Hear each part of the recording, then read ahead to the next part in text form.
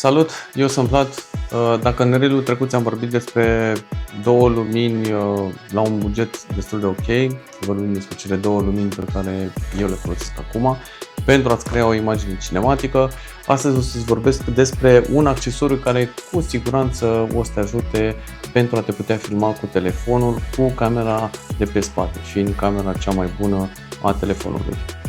Este vorba despre acest kit de vlogging. Este un display, monitor wireless mai exact, care se poate atașa pe spatele telefonului și te vei putea vedea în timp ce te filmezi cu camera de pe spate.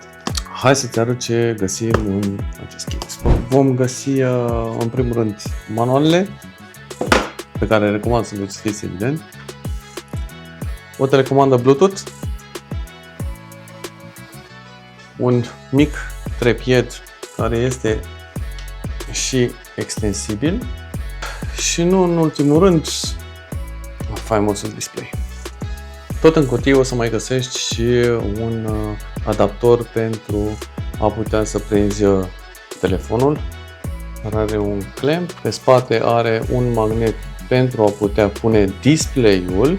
Pe celelalte părți are două monturi unde poți pune tu ce accesorii vrei, fie că pui receiverul de la lavalieră, lumină sau depinde cum vrei.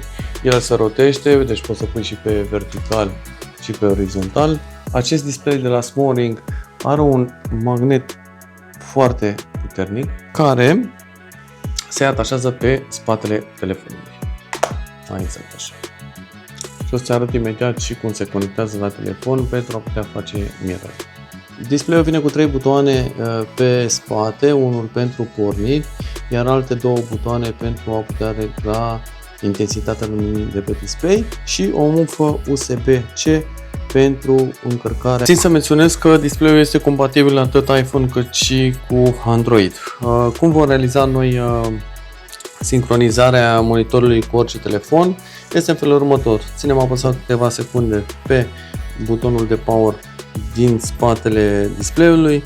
Display-ul va genera un cod QR pe care noi o să-l scanăm cu camera foto în prima fază pentru a ne permite logare. O să ne întrebe dacă ne conectăm la network, adică la Wi-Fi pe care generează display-ul. După ce am dat join, voi ieși afară din meniu, mă duc la mirror, îl voi vedea aici, dau sync, iar în momentul ăsta telefonul meu este sincronizat cu mini-monitorul. Orice fac eu pe telefon, într-adevăr are un mic lag, dar se vede. Voi porni camera, tot ce filmez eu cu telefonul voi vedea pe monitor. Așadar, dacă vă veți filma, monitorul se atașează direct pe spatele iPhone-ului și vom putea filma. Oprirea se face tot pe butonul din spate. Și cam atât despre acest monitor.